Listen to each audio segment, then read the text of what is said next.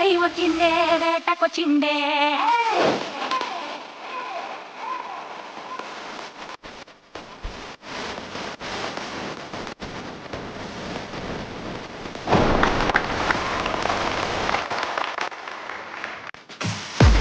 వచ్చిందే మెరుపులెక్క వచ్చిందే అనగబెట్ట వచ్చిందే మెరుపులెక్క వచ్చిందే.